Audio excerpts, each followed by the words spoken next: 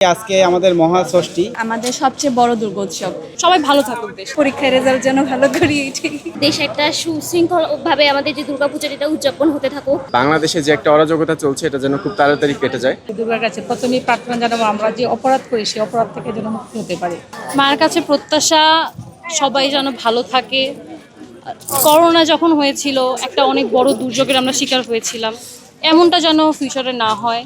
আর এই বছরটা যেন সবার আত্মীয় স্বজন, বাবা মা সবাই সুস্থ থাকুক এবং সবাই মিলে আমরা যেন ভালো হয়ে থাকতে পারি। আমার ব্যক্তিগতভাবে যদি আমি বলি, আমার এবছরে একটাই চাওয়া, আমার দিদা অনেক অসুস্থ, আমি চাই উনি সুস্থ হয়ে যাক। শুধু আমার দিদা না, আমাদের ফ্যামিলিতে আমাদের রিলেটিভসদের মধ্যে যারাই অসুস্থ আছে সবাই সুস্থ থাকুক, কাউকে যেন তাদের প্রিয় মানুষকে হারাইতে না হয়।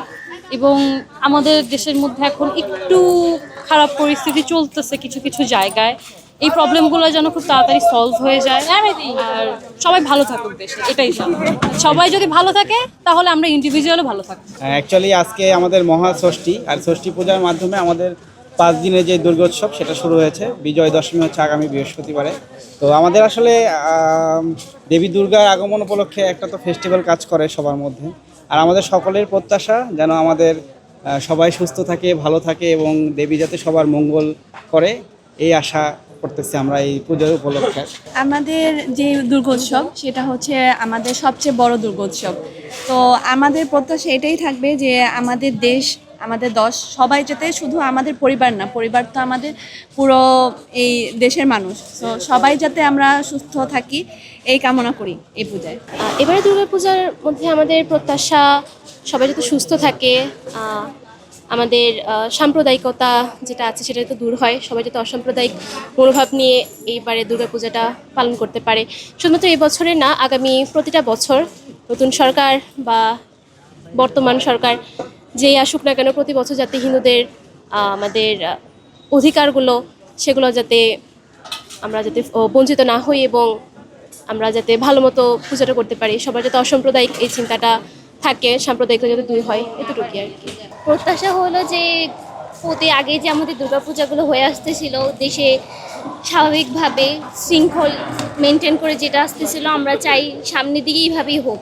এই যে আমরা দুর্গাপূজা আসার আগে যে প্রতিমা ভাঙা এইসব নিউজগুলো আমরা দেখতে পাই, আমরা চাই যে এগুলো আর না হোক, দেশে একটা সুশৃঙ্খলভাবে আমাদের যে দুর্গাপূজার এটা উদযাপন হতে থাকুক, এটাই আমাদের চাওয়া, এটাই আমাদের প্রত্যাশা। দেশের যে পরিস্থিতিটা এটা কন্ট্রোলে আসুক আর আমাদের সকল পাপ সব কিছু মুছে যাক, এটাই।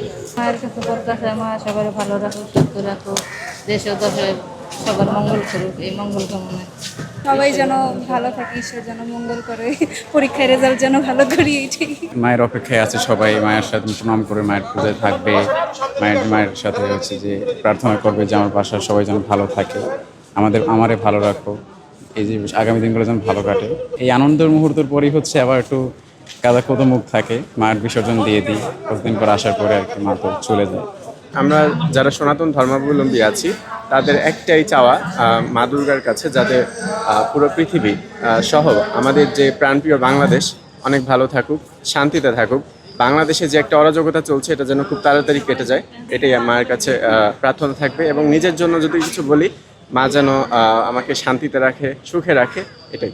পুজো আসছে, খুবই ভালো লাগছে। তো বিগত দিনগুলোতে যে কষ্ট দুঃখ আমাদের গেছে এগুলো যেন দূর হয়। আর দেবী দুর্গার কাছে প্রথমেই প্রার্থনা জানাবো আমরা যে অপরাধ করি সেই অপরাধ থেকে যেন মুক্তি হতে পারে।